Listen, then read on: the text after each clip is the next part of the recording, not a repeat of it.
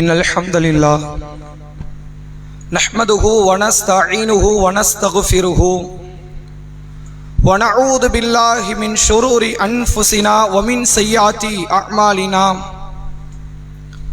من يهده الله فلا مضل له ومن يضلله فلا هادي له وأشهد أن لا إله إلا الله وأشهد أن محمدا عبده ورسوله أما بعد فقد قال الله تعالى في القرآن العظيم والفرقان المجيد فأعوذ بالله من الشيطان الرجيم يا أيها الذين آمنوا اتقوا الله حق تقاته ولا تموتن إلا وأنتم مسلمون يا أيها الناس اتقوا ربكم الذي خلقكم من نفس واحدة وخلق منها زوجها وبث منهما رجالا كثيرا ونساء واتقوا الله الذي تساءلون به والأرحام إن الله كان عليكم رقيبا يا أيها الذين آمنوا اتقوا الله وقولوا قولا سديدا يصلح لكم أعمالكم ويغفر لكم ذنوبكم ومن يطع الله ورسوله فقد فاز فوزا عظيما கண்ணியத்திற்கும் பெருமதிப்பிற்கும் உரிய எல்லாம் வல்ல அல்லாஹுவின் நல்லடியார்களே, அல்லாஹுடைய பேரருளால் அந்த ஏக இறைவனால் புனிதமாக்கப்பட்டிருக்கிற ஜும்மா தினத்தில் அவனை வணங்கி வழிபட வேண்டும் என்கிற உயர்ந்த சிந்தனையில் நாம் அனைவரும் அல்லாஹுடைய ஆலயத்திலே ஒன்று திரண்டிருக்கிறோம். இந்த நல்ல தருணத்தில் அல்லாஹுடைய தூதர் அவர்களின் ஒரு பொன்மொழியை உங்களுக்கு மத்தியில் நினைவுபடுத்துவது பொருத்தமானதாக இருக்கும். நபி அவர்கள் கூறினார்கள், இதா குல்தலி சாஹிபிக அன்சித் யௌமல் ஜும்ஆத்தி வல் இமாம் யக்துபு. ஜும்மா தினத்தன்று இமாம் உரை நிகழ்த்தி கொண்டிருக்கும் பொழுது உங்கள் அருகில் இருக்கும் உங்கள் தோழனிடத்தில் நீங்கள் வாய் மூடுங்கள் என்று சொன்னாலும் ஃபக்கது லகௌத்த, நீங்களும் வீணான காரியத்தில் ஈடுபட்டவர்கள் தான். ஜும்மாவினுடைய பிரதிபலனையோ நலனையோ நீங்கள் எதிர்பார்க்காதீர்கள் என்கிற வண்ணம் அல்லாஹுடைய திருத்தூதர் அவர்கள் எச்சரிக்கை ஊட்டிய அந்த நபி மொழியை உங்களுக்கு மத்தியில் நினைவுபடுத்தியவனாக என்னுடைய உரையை நான் ஆரம்பம் செய்கிறேன். அன்பிற்குரியவர்களே, இந்த வார ஜும்மாவினுடைய பிரசங்கமாக வயதுக்கு மதிப்பளிப்போம் என்கிற ஒரு தலைப்பின் கீழ் சிறியவர்களாக இளைஞர்களாக வாழக்கூடியவர்கள் தங்களை விட வயதில் மூத்தவர்களாக, அந்த வயது என்பது மட்டுமில்லாமல் அனுபவமாகவோ அல்லது அறிவாகவோ அல்லது இந்த உலகத்தில் பெற்றிருக்கிற பாடங்கள் படிப்பினையாகவோ நம்மை விட உயர்வான இடத்தில் இருக்கக்கூடிய அந்த மக்களை மதிப்பளிக்க வேண்டும் என்பதை ஒரு சில மார்க்க செய்திகளோடு உங்களுக்கு மத்தியில் நினைவுபடுத்த நான் கடமைப்பட்டு இருக்கிறேன். ஏன் இப்படி ஒரு தலைப்பு நாம் தேர்வு செய்ய வேண்டும் என்றால், இன்றைக்குள்ள கால சூழ்நிலையில் சிறியவர்களுக்கு அதிகப்படியான ஒரு சுதந்திரம் பெற்றோர்களால் வழங்கப்படுகிறது. இந்த சுதந்திரம் வழங்கக்கூடிய ஒவ்வொரு தாய் தந்தையர்களுமே என்ன மனநிலையில் தங்கள் பிள்ளைகளுக்கு இந்த சுதந்திரத்தை வழங்குகிறார்கள் என்றால், எங்கள் தந்தை எங்களை கொஞ்சம் கடுமையான போக்கில் தான் வளர்த்தார்கள், வார்த்தெடுத்தார்கள். விரும்பிய பொருட்களை உடனே பெற்று தந்தது கிடையாது. நாங்கள் அவர்கள் வந்தாலே நடுங்கி நிற்போம் வீட்டுக்குள். வீட்டில் வாப்பா உள்ள வராருன்னா பிள்ளைங்க வெளியே பெறுவாங்க. அப்படித்தான் பல பிள்ளைகள் இன்றைக்கு வளர்ந்து நீங்கள் தந்தையாக மாறி இருப்பீர்கள். வாப்பா எப்ப வெளியே போறாரோ அதுதான் வீட்டில் நமக்கு ஒரு சுதந்திரத்தை போன்ற ஒரு மனநிலை இருந்திருக்கும். காரணம், கூடுதலான கண்டிப்பு, கூடுதலான பல்வேறு விதமான நமக்கு ஒரு வற்புறுத்தல்களை, நிர்பந்தங்களை நம்முடைய தந்தையோ சிலர் குடும்பத்தில் தாயோ ஏற்படுத்தி இருப்பார்கள். இதுவெல்லாம் பிள்ளைகளுக்கு எது மாதிரியான ஒரு மனநிலையை தந்திருக்கிறது என்றால், இப்படி வாப்பா இருக்கக்கூடாது, ஒரு உம்மா இருந்து அப்படி இருக்கக்கூடாது, இந்த மாதிரி இருக்கக்கூடாது, அன்பை மட்டுமே காட்டிக் கொண்டிருக்க வேண்டும், அதிகமான முறையில் அரவணைப்பை செய்ய வேண்டும். அப்படி அன்பும் அரவணைப்பு மட்டும்தான் ஒரு பிள்ளையை வார்த்தெடுப்பதற்கான வழிமுறை என்று இப்போது தந்தையாக இருப்பவர்கள் அல்லது இப்போது தந்தையாகி 10 ஆண்டுகள் 15 ஆண்டுகள் ஆனவர்கள், இனி தந்தையாக கூடிய இடத்தில் உள்ளவர்கள் எல்லாம் இந்த ஒரு சிந்தனை ஓட்டத்தில் இருக்கிறார்கள். நீங்கள் பார்க்கலாம், ஒரு 20-30 ஆண்டுகளுக்கு முன்பு வந்த எந்த ஒரு பிள்ளையாக இருந்தாலும் சரி, வாப்பாவை நீங்கள் நாங்கள்னு பேசுறத தவிர எந்த வார்த்தையும் இருக்காது. நீங்க இப்படிதான் பேச்சு இருக்கும். பாப்பா நீங்க வாங்க போங்க உட்காருங்க. இவன் எத்தனை வயசு நாளைக்கு மாறினாலும் இந்த வார்த்தை எப்படி தொடரும். இவருக்கு 60 வயசு ஆயிரும் பிள்ளைக்கு, வாப்பாக்கு 95 வயசு இருக்கும். இவரே பேரம்பேத்தி எடுத்துட்டாரு, பிள்ளையே பேரம்பேத்தி எடுத்தாச்சு. 95 வயசுல இருக்கிற வாப்பாவுக்கு அதே வார்த்தை தான். பாப்பா நீங்க வாங்க, சாப்பிட்டீங்களா, நல்லா இருக்கீங்களா, இந்த வார்த்தை அப்படி தொடர்ந்து கொண்டே இருக்கிறது. ஆனால் இப்போது தந்தையாக மாறக்கூடியவர்கள் தங்கள் பிள்ளைகளுக்கு எப்படிப்பட்ட ஒரு பாடத்தை போதிக்கிறார்கள், நீ நானும் சொல்லு, அந்த பிள்ளை சொல்றது வேற. இப்படித்தான் பிள்ளைகளுக்கு போதிக்கவும் செய்கிறார்கள். நண்பர்களாக மாறுகிறோம். எது நட்பு? பிள்ளை கிட்ட ஒரு ஃப்ரெண்ட்ஷிப்பா பழகிடணும். அப்படி பழகினாதான் பிள்ளைங்க நம்ம கைக்குள்ள இருக்கும். அந்த பிள்ளைங்களுக்கு சுதந்திரத்தை கொடுக்கணும் அப்படிங்கிற மாதிரியான ஒரு மனநிலை இன்றைக்கு அதிகமான பெற்றோர்களிடத்தில் நம்மால் பார்க்க முடிகிறது. இந்த அதிகப்படியான சுதந்திரமும் அதிகப்படியான மதிப்பு குறைந்த வார்த்தைகளை பிள்ளைகளை பேச அனுமதிப்பது, அது அவர்களுக்கு தெரியவில்லை. எதிர்காலத்தில் இவர்கள் நற்குணமற்றவர்களாக மாறிவிடுவார்கள் என்பது. கண்டிப்பு இல்லை என்றால், எங்கெல்லாம் கண்டிப்புகள் குறைகிறதோ அது பிள்ளைகளை வளர்க்காது, வார்த்தெடுக்காது. என்னவாக மாற்றும் என்றால், அவர்களை நற்குணமற்றவர்களாகவோ அல்லது சிந்தனை தெளிவு அற்றவர்களாகவோ தன் பிள்ளைகளை மாற்றும். கொஞ்சம் யோசிச்சு பாருங்க. ஒரு பெரிய ஆசிரியராகவே இருந்தாலும் அவர் பிள்ளையை கொண்டு போய் ஸ்கூல்ல தான் சேர்ப்பார். நான் ஆசிரியர், எனக்கு கணக்கு தெரியும், அறிவியல் தெரியும், சமூக அறிவியல் தெரியும், நான் நடத்துறேன்னு எந்த பிள்ளை என்ன செய்யறது இல்லை, எந்த ஆசிரியர் வளர்ப்பதில்லை. ஏன் தெரியுமா? நீ என்கிட்ட படிச்சா நீ என் பேச்ச கேட்க மாட்டேன், நம்ம வாப்பா நம்ம சிந்தனை வரும். நீ வேற ஆள்கிட்ட பேசி அங்க போய் இந்த வாழாட்ட முடியாது. அப்ப அடுத்த நபர்கள்ட்ட நீ படிக்கும் போதுதான் உன்னுடைய கல்வி அறிவும் உன்னுடைய நற்பண்பும் ஒழுக்கமும் அது வளரும் என்று எல்லா மக்களும் பொதுவாக புரிந்து வைத்திருக்கிறார்கள். என்கிட்ட என் பிள்ளை படிக்காது, என் பிள்ளை என்கிட்ட என்ன பண்ண முடியாது, அது படித்து முன்னேறாது என்று எல்லா மக்களும் வழங்கி வைத்திருக்கிறார்கள். தனக்கு அந்த பாடம் தெரிந்தாலும், தன்னால் அந்த கல்வியை கற்றுத்தர முடியும் என்ற நிலை இருந்தாலும், ஒரு டியூஷன் கூட வீட்டில் வாப்பா எடுக்க மாட்டார். வாப்பாவுக்கு தெரியும், அம்மாவுக்கு தெரியும், பாடம் எடுக்க தெரியும். என் பிள்ளை என் பேச்ச என்ன பண்ணாது, கேட்காது. அப்ப நல்லா தெரிந்து வைத்திருக்கிறார்கள். நம்முடைய பிள்ளைகள் நம்முடைய பேச்சை கேட்காது என்றாலே, அடுத்தவர்களிடத்தில் கேட்கிறது என்றாலே அதுக்கு என்ன காரணம்? அவர்கள் கண்டிப்பார்கள். நம்மகிட்ட போதிய அளவுக்கு என்ன இல்லை, அந்த கண்டிப்பு இல்லை. இந்த கண்டிப்பு எங்கெல்லாம் குறைகிறதோ அது சுதந்திரத்திற்கு வழிவகை செய்வதல்ல, வரம்பு கடந்த காரியத்திற்கு வழிவகை செய்யும். கண்டிப்பு எங்கெல்லாம் இல்லாமல் போகிறதோ அது பிள்ளைகளை ஒரு வன்முறை போக்காளர்களாகத்தான் மாற்றும். இதுதான் இவர்களின் சிந்தனை போக்குங்கிற மறந்துடக்கூடாது. கொஞ்சம் யோசிச்சு பாருங்க. ஒரு 30 வருஷம் 20 வருஷத்துக்கு முன்னாடி ஆசிரியர்கள் சாக்பீஸை எடுத்துட்டு பள்ளிக்கு போறாங்களோ இல்லையோ, பாட புத்தகத்தை எடுத்துட்டு பள்ளிக்கு போறாங்களோ இல்லையோ, ஒரு பெரிய சைஸ்ல ஒரு பெரம்பு கம்பு எடுத்திருப்பார். அவர் அடிக்கிறார் இல்லை, அதை பார்த்தாலே ஒரு பயம் வரும். கடுமையான முறையில் மற்றவர்களை அடித்து துன்புறுத்துவார். இந்த துன்புறுத்தல் எந்த அளவுக்கு ஆகுனா, வீட்டுக்கு வர்ற எல்லா பிள்ளையுமே அடி வாங்கிட்டு தான் வரும். சரி, அடி வாங்கிட்டு நம்ம எல்லாம் ஒரு காலத்துல வீட்டுக்கு போனோமா, போகும்போது உம்மாட்ட சொல்லுவோம், உம்மா அந்த ஆசிரியர் இப்படி அடிச்சிட்டாரு, உம்மா 4 சாத்து சாத்தும். அவர் அடிக்கிற அளவுக்கு நீ என்ன செஞ்சேன்னு இங்க என்ன எதிர்பார்க்க மாட்டாங்க. என் பிள்ளை நியாயமானு யாரும் பார்க்கல, இவன் ஏதோ பண்ணிருக்கான், பண்ணாமே அவர் அடிக்க போறாரு, அவருக்கு என்ன லூசா பிடிச்சிருக்கு, அவர் அப்படி அடிக்க மாட்டார், இவன் ஏதோ சேட்டை பண்ணிருக்கிறான் அப்படின்னு தாய் தந்தை இடத்திலும் ஒரு கண்டிப்பு. இது முழுமையாக இப்படி எல்லா இடத்திலும் ஒரு கண்டிப்பை பார்த்து பார்த்து பார்த்து வளர்ந்தவர்கள், அந்த கண்டிப்போடு வார்த்தெடுக்கப்பட்டவர்கள் சமுதாயத்தில் நீங்கள் நற்குணவாதிகளாக இருக்கிறீர்கள். இன்னைக்கு சமுதாயத்தில் நற்குணவாதிகளாக இருக்கிற அத்தனை பேரும் எடுத்துக்கொள்ளுங்கள். ஒரு காலத்தில் இவர்கள் எப்படிப்பட்டவர்கள் என்றால், தாய் தந்தையராலோ ஆசிரியர்களாலோ மற்ற சமுதாய மக்களாலோ கண்டிக்கப்பட்டவர்கள், நெருக்கடிக்கு ஆளாக்கப்பட்டவர்கள் இன்றைக்கு ஒழுக்கமானவர்களாக இருக்கிறார்கள். இன்னைக்கு நீங்கள் ஒழுக்கமா இந்த பிள்ளைகளுக்கு கண்டிப்பை குறைத்து விடுவீர்களே, ஆனால் நாளைக்கு இவன் எப்படி மாறுவான் தெரியுமா? நற்குணம் இருக்காது. அதுக்கு பெரிய உதாரணம் வேண்டாம்.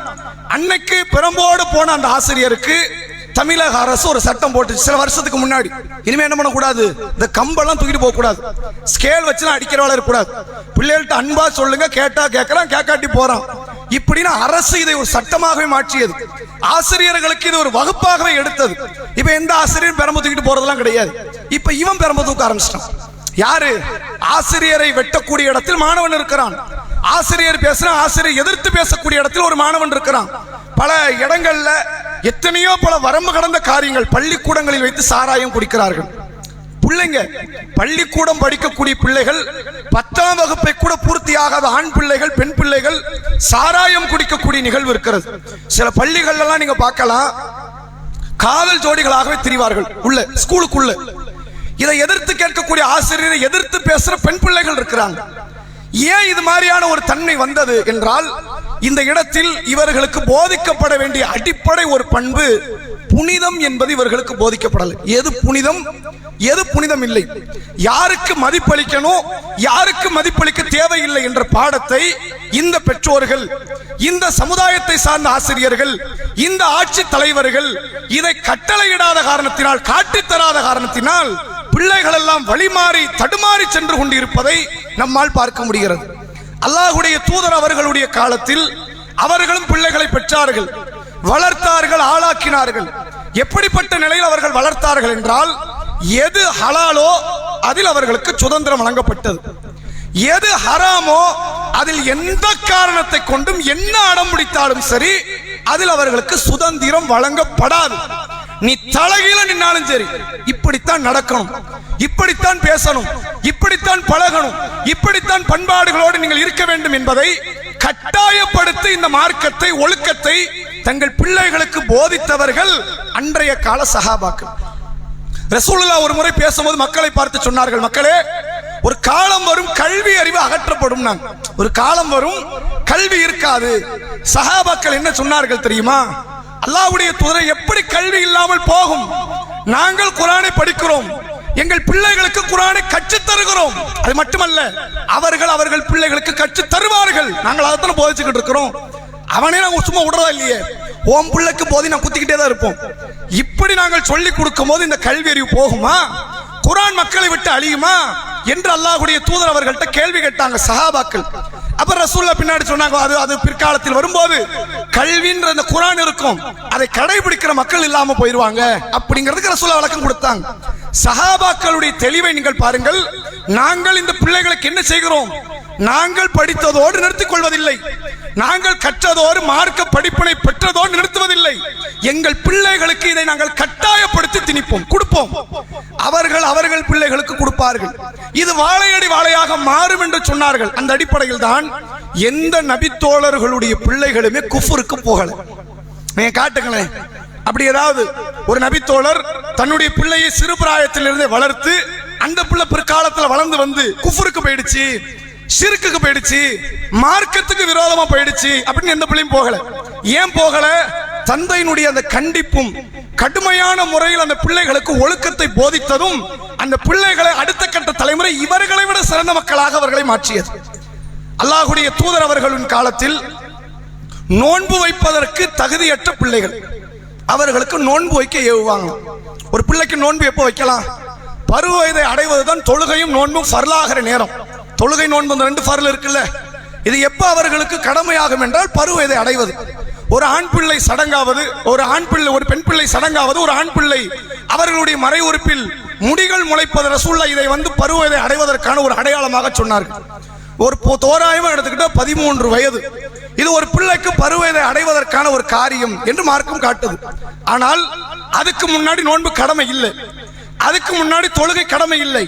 சஹாபிய பெண்மணிகள் சொல்லுகிறார்கள், நோன்பு வைக்க தகுதி இல்லாத அந்த நேரத்தில் எங்கள் பிள்ளைகளுக்கு நாங்கள் நோன்பை கொடுப்போம். சஹருடைய நேரத்தில் பிள்ளைகளை எழுப்பி விட்டுருவோம். நாங்கள் சகர் சாப்பிடுவதை போன்று அந்த பிள்ளைகளும் சகர் சாப்பிட வைப்போம். அன்றைய நாளை அவர்கள் நோன்பை முழுமைப்படுத்த வைப்போம். ஒருவேளை அவர்கள் பசி என்று கேட்டாலோ, தாகம் என்று கேட்டாலோ நாங்கள் தண்ணீரை, உணவை எல்லாம் பெற்று தருவது கிடையாது. எங்கேயாவது அவர்களுக்கு வேடிக்கையை காட்டி அந்த நாளை முழுமைப்படுத்த வைப்போம். இப்படி ஆரம்பத்தில் அவர்கள் நோன்பு வைத்தார்கள். இப்படித்தான் நாமும் ஒரு காலத்தில் வச்சோம். நமக்கு விவரம் தெரியாத காலத்தில் நோன்பு வைக்க ஆரம்பிச்சோம். முதல் நோன்பு வச்சிருவோம், 15ஆம் நோன்பு வச்சிருவோம், 20ஆம் நோன்பு வச்சிருவோம், இந்த கடைசி நோன்பு 29ஆ இருக்கு, இது வச்சிருவோம் அப்படின்னு 7 வயசுல வைக்க ஆரம்பித்தது. 10 வயசுல 30 நோன்பு வச்சோம். இன்னைக்கு நோன்பு வைக்கணும் ரமலான் மாதிரி இருக்காது. நோன்பு வைக்கல, நீங்க நோயாளி ஆயிட்டோம் ஒரு பேச்சுக்கு. ரமலான் மாசம் வந்துருச்சு, ஒரு 10 நோன்புக்கு நம்ம ட்ரிப்ஸ் ஏத்தணும், ஏதோ ஒரு பிரச்சனை, நோன்பு வைக்க வேண்டான்ற நிலைமை வரும் பொழுது நமக்கு என்ன ஆகாது? அது ரமலான் மாதிரி இருக்காது. இப்படி ஒரு பழக்கத்துக்கு நாம பழகியதற்கான காரணம், சிறு பிள்ளையிலிருந்து நமக்கு நோன்பை நம்முடைய தாய் தந்தையர்கள், நம்முடைய சமுதாயத்தில் உள்ளவர்கள், நம்முடைய மார்க்கத்தினுடைய அறிஞர்கள் இவர்கள் திணித்தது, நமக்கு கட்டாயப்படுத்தி கொடுத்தது. ரசூலுல்லாஹ்வுடைய காலத்தில் அந்த சஹாபாக்கள் தங்கள் பிள்ளைகளுக்கு இந்த மார்க்க போதனை திணித்தார்கள், கட்டாயப்படுத்தி அவர்களுக்கு இந்த ஒழுக்கத்தை கற்பித்தார்கள். அதன் விளைவை நீங்கள் பார்க்கலாம். அனஸ் இப்னு மாலிக் ரலியல்லாஹு என்ற ஒரு நபித்தோழர், 10 வயது சிறுவர். அல்லாஹ்வுடைய தூதர் அவர்கள் மக்காவில் இருந்து மதீனா நகரத்திற்குள் பிரவேசமானவுடன் அப்போது இஸ்லாத்தை ஏற்ற உம்மு சுலைம் ரலியல்லாஹு அன்ஹா தன் மகன் அனஸ் இப்னு மாலிக் ரலியல்லாஹு அவர்களை அழைத்துக் கொண்டு நேர போறாங்க ரசூலுல்லாஹ்ட்ட. அல்லாஹ்வுடைய தூதரே, இது என்னுடைய மகன் அனஸ், இந்த அனஸுக்காக நீங்கள் 2 காரியத்தை செய்து தர வேண்டும், நான் எதிர்பார்க்கிறேங்கிறாங்க. ரசூலுல்லாஹ் கேட்டாங்க, என்ன காரியம் சொல்லுங்க. இந்த அனஸுக்கு முதல்ல நீங்கள் துஆ செய்யுங்க, என் பிள்ளைக்கு உங்க துஆ வேணும். ரசூலுல்லாஹ் சொன்னார்கள், அல்லாஹும்ம அத்தி வலதஹு, யா அல்லாஹ் இந்த பிள்ளைக்கு நீ பிள்ளை செல்வத்தையும், ஓ மாலஹு இந்த பிள்ளைக்கு நீ பொருளாதார செல்வத்தையும் கொடு, அது மட்டுமல்ல எதை கொடுத்தாயோ அதில் நீ பரக்கத்தையும் கொடு என்று கேட்டார்கள். 2வது கோரிக்கை, உம்மு சுலைம் ரலியல்லாஹு அன்ஹா சொல்கிறார்கள், அல்லாஹ்வுடைய தூதரே, எனது மகன் அனஸ் இனி உங்களுக்கு பணிவிடை செய்கிற சிறுவராக இருப்பார் உங்கள் வஃபாத் வரை. நீங்க எப்ப மௌத்தாவீங்களோ அப்பதான் அவனுக்கு விடுவு காலம். அது வரைக்கும் என்ன இல்ல, என் பிள்ளை காலை விடியல் இனி உங்களோடு, இரவன் தூங்கும் போது இனி உங்களை பார்த்து விட்டு தன் வீட்டுக்கு வரணும். அப்படி ஒரு நிலையில் என் பிள்ளை இனி எல்லா நாளும் வார விடுமுறை இல்லாமல், மாத விடுமுறை இல்லாமல், வருட விடுமுறை இல்லாமல், இனி விடுமுறை உங்கள் மௌத்து தான். அப்படி ஒரு நிலையில் என் பிள்ளை நீங்க கூட வச்சுக்கணும், உங்கள்கிட்ட இருந்து நற்குணம் கிடைக்கும், மார்க்கம் கிடைக்கும், ஒழுக்கம் கிடைக்கும். கட்டாயப்படுத்தி திணித்து தன் பிள்ளை அனுப்பி வைத்தார்கள். அதன் விளைவு என்ன தெரியுமா? 10 ஆண்டு காலம் நபிகளாரோடு இருந்து நபியினுடைய பழக்க வழக்கங்களை பார்த்து, நபியினுடைய வழிபாடுகளை பார்த்து, நபி எப்படியெல்லாம் செய்தார்களோ அதை தன் வாழ்க்கையாக மாற்றியவர் இந்த அனஸ் இப்னு மாலிக். எல்லா சஹாபியும் இப்படி இருக்க மாட்டாங்க. 1-2 சஹாபி, அதில் குறிப்பாக அப்துல்லா இப்னு உமர், அனஸ் இப்னு மாலிக்கை போன்றவர்கள் ஒரு இடத்துக்கு போறாங்கன்னா ஒரு காரியத்தை செஞ்சுட்டு இப்படி நபி செய்ய நான் பார்த்திருக்கேன். மற்ற சஹாபிகள் அப்படி பண்ண மாட்டாங்க. நபி செஞ்சாங்கன்னு வார்த்தையை சொல்லிட்டு போயிருவாங்க, நபி சொன்னாங்கன்னு சொல்லிட்டு போயிருவாங்க. ஆனால் இந்த 2 சஹாபிகள் என்ன செய்வார்கள் என்றால், நபி செய்ய நாங்க பார்த்திருக்கிறோங்கிறத செஞ்சு காட்டிட்டு சொல்லி கொடுப்பாங்க. அனஸ் இப்னு மாலிக் தெருக்களை கடந்து செல்கிறார், வயதாகிவிட்டது, 60 வயதை அடைகிறார். அடையும் போது சின்னஞ்சிறு பிள்ளைகள் எல்லாம் தெருக்களில் நிற்கும் போது அந்த பிள்ளைகளை அழைத்து அஸ்ஸலாமு அலைக்கும் இவர் சொல்றார். மார்க்கத்துடைய ரூல் என்ன தெரியுமா? சிறியவர்கள் பெரியவர்களுக்கு சொல்லணும், அது மார்க்க ரூல். சின்ன பசங்களுக்கு இந்த மரியாதை இஸ்லாம் கத்துக் கொடுக்குது. நீ சொல்லு, உங்க வாப்பாக்கு, உங்க உம்மாக்கு, பெரிய வாப்பாக்கு, உங்க அப்பாவுக்கு, வயதில் மூத்தவர்களுக்கு, உங்க காக்காக்கு, எல்லாருக்கும் நீ சொல்லு. அவங்க சொல்லு, நீ எதிர்பார்க்காத. சிறுவர்களுக்கான போதனை இது. ஆனால் அனஸ் இப்னு மாலிக் என்ன செய்வாராம்? முன்னுக்கிட்டு போய் இவர் சொல்லிடுவார், அஸ்ஸலாமு அலைக்கும்னு பேசுவார், சொல்ல ஆரம்பிப்பார். இதை செய்துவிட்டு தன் சகாக்களுக்கு சொல்கிறார், இப்படி நபி செய்ய நான் பார்த்திருக்கிறேன். இந்த ஒழுக்கம் எப்படி அவர்கள் வாழ்க்கையை மாற்றியது என்று பாருங்க. இதை கட்டாயப்படுத்தலைன்னா எந்த பிள்ளையும் கத்துக்க முடியாது. மார்க்கத்தை, ஒழுக்கத்தை கட்டாயப்படுத்தாமல் அவர்களாக மாறுவார்கள், மாறவே மாட்டார்கள். அவர்களாக திரைப்படம் பார்ப்பார்கள், அவர்களாக மது அருந்துவார்கள், அவர்களாக வட்டி வாங்குவார்கள், அவர்களாக திருடுவார்கள், அவர்களாக விபச்சாரம் செய்வார்கள். ஏன்? இதை ஏவறதுக்கு ஒரு ஆள் வேண்டாம், கூடவே இன்னொருத்தன் இருக்கிறான், ஷைத்தான் ஒருத்தன், அவன் ஏவுவான். நீங்க சொல்லி கொடுக்க வேண்டாம், அந்த பிள்ளையெல்லாம் அதை கத்துக்க ஆரம்பிக்கும். ஆனால் ஒழுக்கத்தை கற்றுக் கொடுப்பதற்கு உங்களை விட்டால் அங்க ஆள் கிடையாது. அதை தடுப்பதற்குத்தான் ஒருவன் கூட இருக்கிறான். நீங்கள் என்ன செய்ய வேண்டும்? அல்லாஹ் திருமறை குர்ஆனில் ஷைத்தானை பற்றி சொல்லுகிறான். எப்படி பேசுறான் தெரியுமா? யா பனி ஆதம் அப்படின்னு கூப்பிடுறான். மற்ற எல்லா இடத்துலயுமே நம்மளை கூப்பிடும் போது யா அய்யுஹல்லதீன ஆமனூமா, ஈமான் கொண்டவர்களே அப்படிமா. இந்த இடத்துல மட்டும்தான் அல்லாஹ் பயன்படுத்துகிறான்.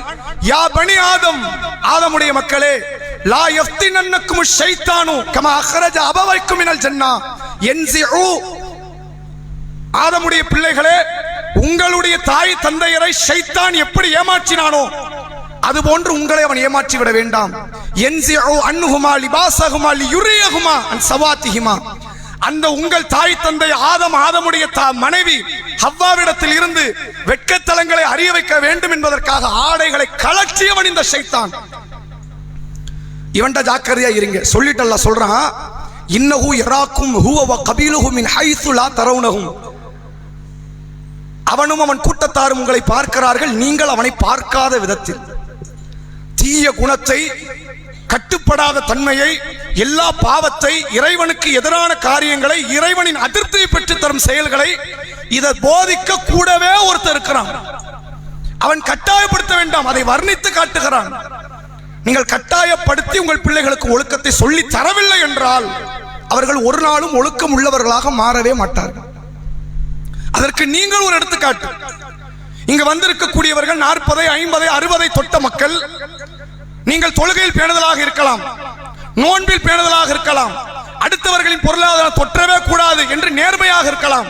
பொய் பேசாம இருக்கலாம், புறம் பேசாம இருக்கலாம். உங்கள் தாய் தந்தையரின் கண்டிப்பு தான் அதற்கு காரணம், மறந்துடாதீங்க. உங்கள் பிள்ளைகள் இன்றைக்கு அதே காரியத்தை நீங்கள் விட்ட தவறுகளை எல்லாம் அவர்கள் செய்கிறார்கள் என்றால் நீங்கள் கண்டிக்காததுதான் காரணம் அதற்கு.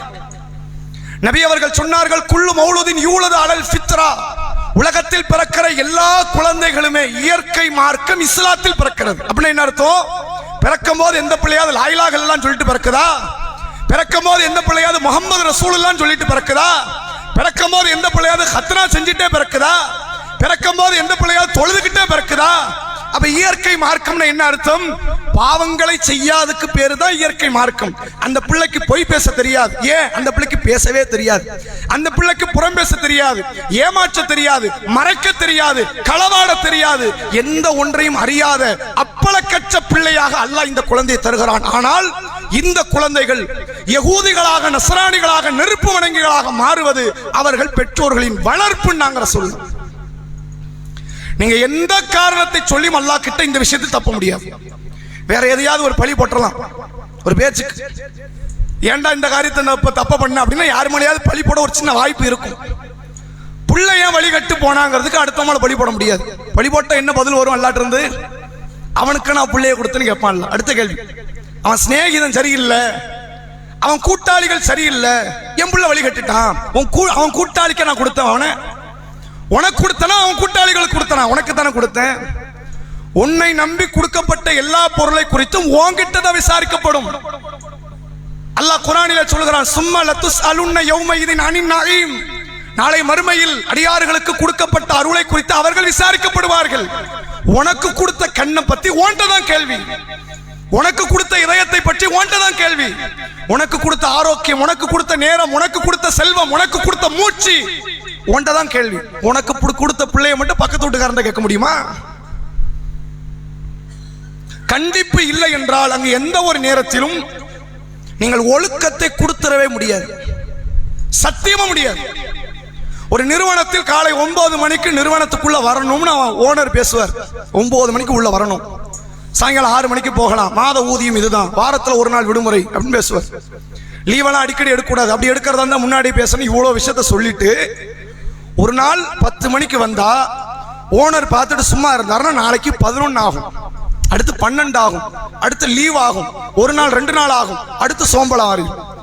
ஒரே ஒரு நாள் 1 மணி நேரம் லேட் ஆச்சு, அன்னைக்கு பிடிச்சி கிழிச்சிட்டா மறுநாள் என்ன ஆகும்? 10 மணிக்கு 9 மணிக்கு வர வேண்டியவர்கள் 8:50க்கு வந்து நிற்பாங்க. ஏன்? இந்த கண்டிப்பு தான் நம்மையே பல நேரத்தில் சீர்படுத்துகிறது. வீட்டில் ஒரு சமையல், ஒரு சாப்பாடு ஒரு குறிப்பிட்ட நேரத்தில் ஒரு நாளைக்கு வராது, எல்லா நாளும் வருது இல்லை, சகிச்சுக்கிட்டா போறோம். எல்லா நாளும் கரெக்டாக டிஃபன் வருது, எல்லா நாளும் லஞ்ச் வருது, எல்லா நாளும் டின்னர் வந்துடுது, டீ கரெக்டாக வந்துடுது, ஸ்நாக்ஸ் வந்துடுது. இன்னைக்கு ஒரு நாள் பிரச்சனை அப்படின்னு விடுறது இல்லையே. காரணம் இல்லாமல் பிரச்சனைக்கு ஒரு காரியம் பிரச்சனையாக மாற்றப்படுமே, ஆனால் மனைவி கண்டிக்கப்படுகிறார், மறுநாள் கரெக்ட் ஆயிடுது. நீங்கள் எங்கெல்லாம் கண்டனத்தை, கண்டிப்பை வெளிப்படுத்துகிறீர்களோ அங்கு ஒழுக்கம் வளரும். பிள்ளைகள்கிட்ட நான் கண்டிக்க மாட்டேன், அந்த பிள்ளைகளை வந்து அலட்டக்கூடாது, அந்த பிள்ளையை திட்டவே கூடாது, அடிச்சிடவே கூடாது, அப்போ ஒழுக்கம் வராது. எந்த அளவிற்கு என்றால் தன் மகன் வளர்ந்து அந்த மகனுக்கு திருமணமாகி பிள்ளைகளை பெற்றெடுக்கக்கூடிய நிலை வந்த போதும் கூட உமர் ரதியல்லாஹு தன் மகனை கண்டிப்பதை நிறுத்தியது கிடையாது. ஆயிஷா ரதியல்லாஹு அன்ஹாவை திருமணம் முடித்து கொடுத்தார் அபூபக்கர் ரதியல்லாஹு அவர்கள். திருமணம் கொடுத்து பல வருஷம் ஆயாச்சு, மாப்பிள்ளையோட ரசூலுல்லாவோட வாழ்ந்து கொண்டிருக்கிறார் தன் மகள். ஆனால் தன் மகள் செய்த தவறுக்கு ரசூலுல்லாஹ் முன்னிலையில் வந்து அடித்தவர் அபூபக்கர் ரதியல்லாஹு அவர்கள். அடி விழுந்துச்சுங்க ஆயிஷா நாய்க்கு, வாப்பா வந்து அடிச்சார். ஒரு முறை பனு முஸ்தலிக் என்ற யுத்த காலத்தை முடித்து விட்டு பகல் நேரத்தில் திரும்புறாங்க ரசூலுல்லாஹ். ஆயிஷா நாய்க்கு முத்துமாலையை தொலைச்சிட்டாங்க. 2 இடத்த தொலைப்பாங்க, ஒன்னு இரவுல தொலைப்பார்கள், அவதூறு சம்பவம். பகல்ல ஒரு முறை தொலைப்பார்கள் ரசூலுல்லாஹ்ட்ட. அந்த முத்துமாலை தொலைந்தவுடன் ரசூலுல்லாஹ்ட்ட முறையிடுவாங்க, முத்துமாலை தொலைஞ்சிருச்சு, எப்ப எல்லாரும் உட்கார்ந்துருங்க, முத்துமாலை கிடைக்கட்டும். ஏன்னா இரவலாக பெற்றது ஆயிஷா, திருப்பி போய் கொடுக்கணும், கொடுக்கறது எங்கள்கிட்ட இல்ல, நாங்க அதுக்கு பெனால்டி கொடுக்கணும்ல, அந்த முத்துமாலை இல்லைன்னா பெனால்டி கொடுக்கணும், பெனால்டி இல்ல, அப்ப முத்துமாலை கிடைக்கணும். கிடைக்காம என்னால வர முடியாது, நீங்க போனா போய்க்கங்க, நான் இருக்க போறேன் மனைவியோட உட்கார்ந்துட்டாங்க. எல்லா சஹாபி உட்கார்ந்தாச்சு. தண்ணி இல்ல, தயமும் பற்றிய சட்டம் அப்ப வரல, ஒளி செஞ்சுதான் தொழ வேண்டும் என்ற நிலை. சஹாபாக்கள் எல்லாரும் போய் அபூபக்கர்ட்ட போய் நின்னுட்டாங்க. ரசூலுல்லாஹ்ட்ட பேச முடியாது. யார்கிட்ட போனாங்க? அபூபக்கர் ரலியல்லாஹு அன்ஹு. உங்கள் மகள் செய்த காரியம் தெரியுமா அபூபக்கரே? தண்ணி இல்லாத இடத்துல உங்க மக உட்கார வச்சுட்டாங்களே, முத்துமாலை தொலைக்காம இருந்தா நேரத்துக்கு தண்ணி உள்ள இடத்துக்கோ ஊருக்கோ கூட போயிருக்கலாம், உங்க மகள் தான் காரணம். எல்லாரும் போய் அபூபக்கர்ட்ட கம்ப்ளைண்ட்.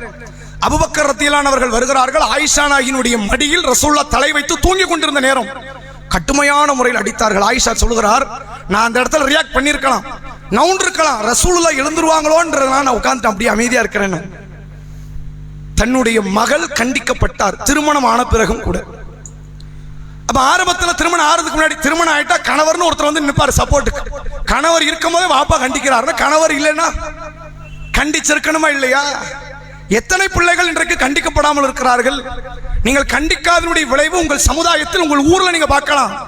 65-70 கடந்த வயது முதிர்ந்தவர்களை பெற்ற மகளே, பிறந்த மகளே மகனே திட்டி தீர்க்கக்கூடிய நிலை. நீங்கள் கண்டித்திருந்தால் இப்படி வந்திருக்க மாட்டார்கள்.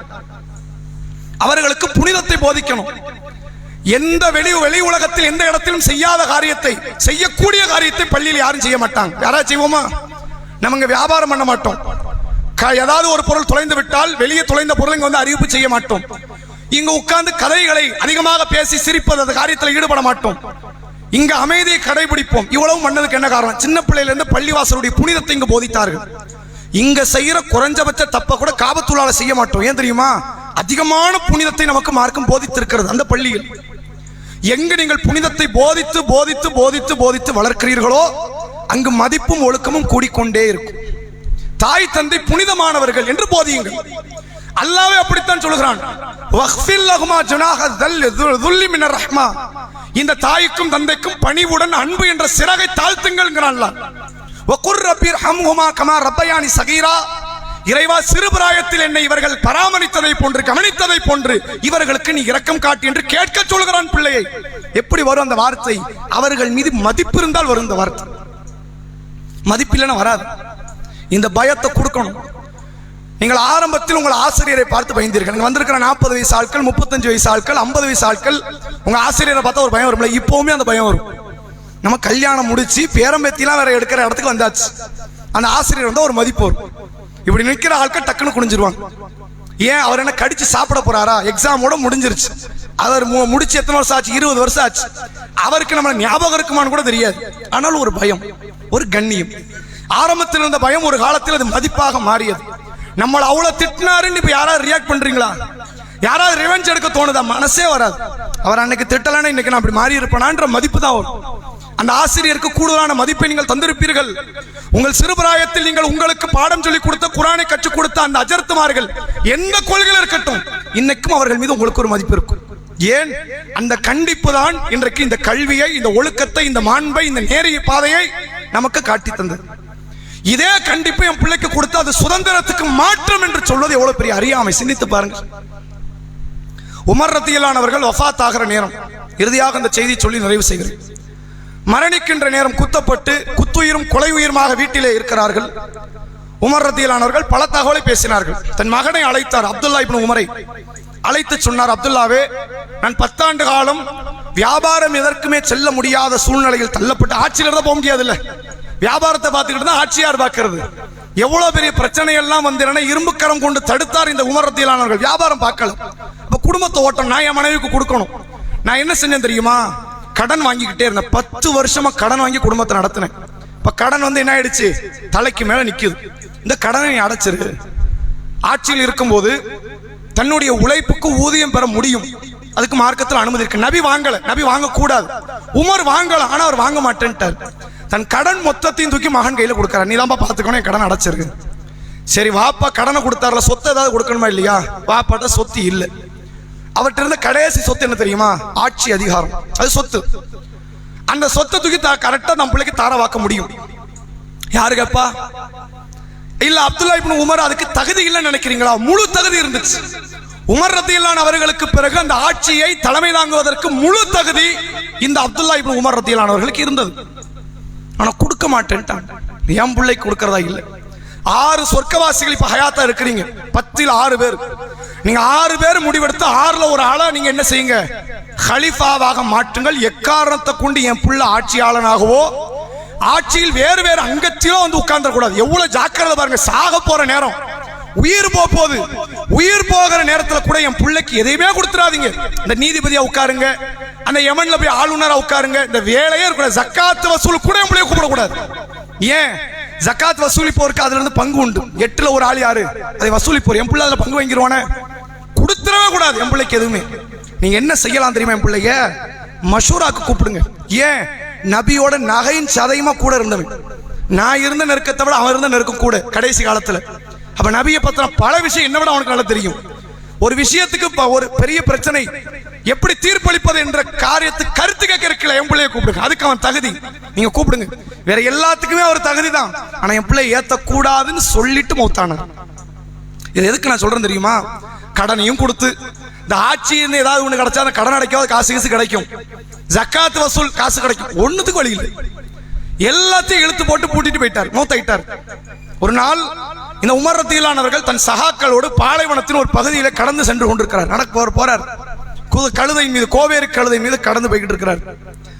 எதிரில் ஒரு கிராமவாசி ஒருவர் வரார். அவருக்கு தலைப்பாக இல்லை, காலில் செருப்பு இல்லை, நடந்து வராரு. பாலைவன சுடுற மணல். கொஞ்சம் முன்னாடி வந்துருங்க, வெளியே நிறைய மக்கள் நிக்கிறாங்க, கொஞ்சம் அப்படியே முன்னாடி ஒதுங்கி வந்துருங்க. அவங்க தொழ முடியாம இருக்கிறாங்க, கொஞ்சம் சீக்கிரம் வந்துருங்க. பாலைவனத்தினுடைய மணலில் செருப்பு இல்லாமல், தலைப்பாக இல்லாமல், கழுதையோ குதிரையோ இல்லாமல் நடந்து ஒரு கிராமவாசி ஒருவர் வருகிறார். அதாவது கிராமவாசி என்றால் உங்களுக்கு புரியறதுக்கு சொன்னா ஒரு முசாஃபிர், ஒரு ஃபக்கீர். நம்ம எத்தனையோ பேரை பார்க்கிறோம் வெளியே ஏழைகள்னு. வெள்ளிக்கிழமை நேரத்தில் இருப்பாங்க, சாப்பாடுக்கு வழி இல்லை, ட்ரெஸ்ஸுக்கு வழி இல்லைன்னு தன்னுடைய ஏழ்மையை சொல்லி முறையிடுவார்கள். நமக்கு இறக்கம் வரும், அந்த இறக்கம் 10 ரூபாயோட முடிஞ்சிடும். அந்த இறக்கத்துக்கு அளவு அவ்வளவுதான். ஏன்? ஒருத்தர் மட்டும் வரல, ஒருத்தர்னா 100 ரூபா கொடுக்கலாம், 50 பேர்னா அவ்வளவுதான். இதை தாண்டி வேற வேற சதக்காக்களை நம்ம மறைமுகமாக செய்யலாம். அப்ப நம்முடைய அளவுகோல், இறக்கத்துக்கு அளவுகோல் 10 ரூபா. இந்த கிராமவாசி எதுவுமே இல்லாம வந்தவுடனே தன் தலைப்பாகையை அப்துல்லா இப்னு உமர் கலட்டி கொடுக்கிறார். கொடுத்தது மட்டும் இல்லாமல் தன் கோவேறு கழுதை எடுத்து கொடுக்குறாங்க. மேல் தளம் ஒருவேளை இடம் இருந்துச்சுன்னா மேல சகோதரர்களை பாருங்க, இருந்துச்சுன்னா அங்கே தொழுங்க. நிறைய பேர் ரவுண்டு வந்துட்டாங்க, ஒருவேளை இல்லைன்னா மேல் தளத்தில் பாருங்க. அப்ப தலைப்பாகையை கொடுத்து கழுதையை கொடுத்து அந்த கிராமவாசி அனுப்பி வச்சுட்டார். அனுப்பி வைத்த பிறகு இந்த அப்துல்லா இப்னு உமருடைய சகாக்கள் கூட இருந்தவங்க கேட்கிறாங்க, இவ்வளவு ஒரு முசாஃபிர் கொடுக்கலாமாங்கிற. அவர் முசாஃபிர் தானே, ஃபக்கீர் தானே அவர் அங்கனையும் இங்கனையும் போயிட்டு ஏதாவது ஒரு ஏழை மனிதர் அவர் எவ்வளவு கொடுக்கலாம்? ஒருவேளை சோத்தை கொடுக்கலாம், ஒரு ட்ரெஸ்ஸை கொடுக்கலாம், ஒரு கோவேறு கழுதையை கொடுத்தீங்களா, எவ்வளவு ரேட்டு? தலைப்பாகையை கொடுத்தீங்களா, இதெல்லாம் கொடுக்கலாமா? இவ்வளவு கொடுக்கணுமா அப்படின்னு கேட்கிறாங்க. அப்ப அவர் சொன்ன வார்த்தை என்னன்னா, இவர் ஏழைங்கிறதுனால மட்டும் கொடுக்கல. ஏழைனா வேற, இவர் யார் தெரியுமா உங்களுக்கு அப்படிங்கிறார். இவருடைய வாப்பாவும் ஏன் வாப்பா உமரும் நண்பர்கள். எங்க வாப்பா வஃபாத் ஆயிட்டார், கபர் குழிக்கு போயாச்சு, அவர் கதை முடிஞ்சிருச்சு.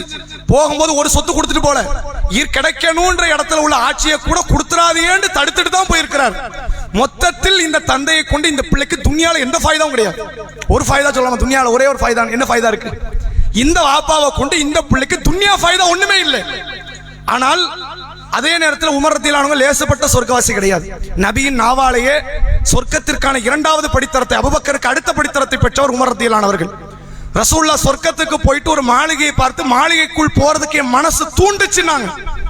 உமருடைய பெயரை கட்டு நான் வெளியே வந்துட்டு அவர் ரோஷ உணர்வு எனக்கு சிந்தனைக்கு வந்தது. நான் என் மனம் தூண்டியதுன்னா ரசூலுல்லாஹ் ஆசைப்பட்ட மாளிகை எப்படி இருக்குன்னு வச்சுப்பாரு. இந்த துன்யால எதுக்குமே ஆசைப்படல இல்ல, சொர்க்கத்துல ஒரு மாளிகையை பார்த்து உள்ள போய் பார்க்க ரசூல் ஆசைப்பட்டாங்கன்னா அந்த மாளிகை எப்படி இருந்திருக்கும். அந்த மாளிகைக்குரியவர் உமர் ரலியல்லாஹு அவர்கள். இப்படி எவ்வளவோ அவருடைய சிறப்பை அடுக்கிக்கிட்டே போலாம்.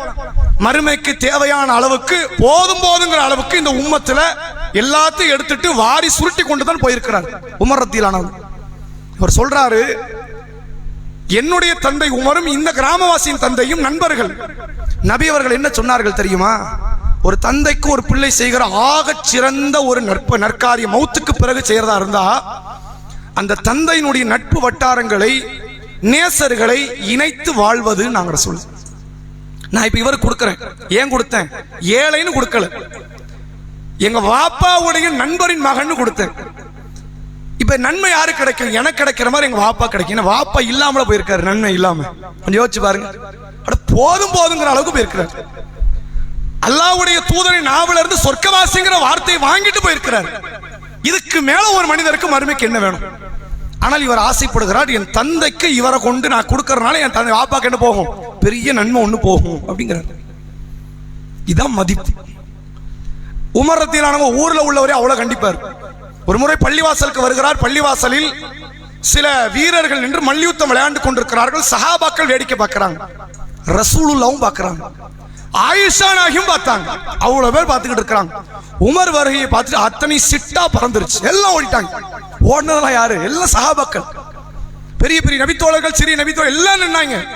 அத்தனை பேர் பார்த்துட்டு இருக்காங்க. உமர் வராருன்னு தெரிஞ்ச உடனே நபி தான் நிக்கிறாங்கல்ல, நம்ம நபி பெர்மிஷன் தான் நிக்கிறோம், நபியே நின்னா தப்பு இல்ல அப்படின்னு கூட புரிஞ்சுக்கல. இவர் வந்தா கண்டிப்பான்னு ஓடிட்டாங்க. ஊர் மக்களே ஓட விட்டவர் தம் பிள்ளை என்ன பண்ணிருப்பாரு நினைக்கிறீங்க? எப்படி நடத்தி இருப்பாரு நினைக்கிறீங்க? ஆனால் அப்படி நடத்தியும் கூட ஒரு பிள்ளை தன் தந்தையின் மீது அவருடைய மரணத்திற்கு பிறகு மதிப்பு வைத்து நன்மைக்காக போராடுகிறார் என்றால் அவர் கொடுத்த கண்டிப்பு அப்படிப்பட்டது. அதுதான் அவரை அப்துல்லா இப்னு உமர் ரதியல்லாஹு ஒழுக்கமிக்கவராக மாற்றியது. திருமணம் ஆகிற வரை அப்துல்லா இப்னு உமர் பள்ளியில் மட்டும்தான் தங்குவார். அவருக்கு வீடு உண்டு. அப்துல்லா இப்னு உமருக்கு என்ன உண்டு? வீடு உண்டு. ஆனா கல்யாணம் ஆகிற வரைக்கும் திண்ணை தோழர்களோடு ஒரு தோழராகத்தான் வந்து தங்கியவர் இந்த அப்துல்லா இப்னு உமர். இப்படி அடுக்கிக் கொண்டே செல்லலாம் இந்த பிள்ளையை பற்றிய சான்றுகளை. ஆனால் இத்தனை பெரிய ஒழுக்கமும் மாண்பும் இவருக்கு கிடைத்தது தந்தையினுடைய ஒற்றை கண்டிப்பு. ஹிஜ்ரத் செய்யும் போது அப்துல்லா இப்னு உமருடைய வயது 10 வயசு. வாப்பா கையை உமர் ரதியல்லாஹு கையை பிடித்துக் கொண்டு ஹிஜ்ரத்துக்கு நடந்தே மதீனா நகரத்துக்கு வந்து சேர்ந்தவர் இந்த அப்துல்லா இப்னு உமர். உங்கள் பிள்ளைகளை நீங்கள் கண்டியுங்கள். கண்டிப்பதால் உங்கள் பிள்ளைகள் செத்தலாம் போயிடாது. அப்படி சாகிறதா முதல்ல நம்ம செத்து இருக்கணும். நம்ம வாப்பா கண்டிச்சதுக்கு கண்டிப்பை ஒழுக்கத்தை கட்டாயப்படுத்தி நீங்கள் இப்படித்தான் இருக்க வேண்டும். சுதந்திரம் என்பது வேற, அவர்களுக்கு மன நிம்மதி தருவது என்பது வேற. இதுதான் வாழ்க்கை, இதுதான் பொருளாதாரம், இதுதான் சாப்பாடு, இதைத்தான் சாப்பிடணும், இல்லைன்னா சாவுன்ற மாதிரி பேசுங்க. அவர்களுக்கு இதை ஒரு கட்டாயப்படுத்தி நீங்கள் தருவதுதான்.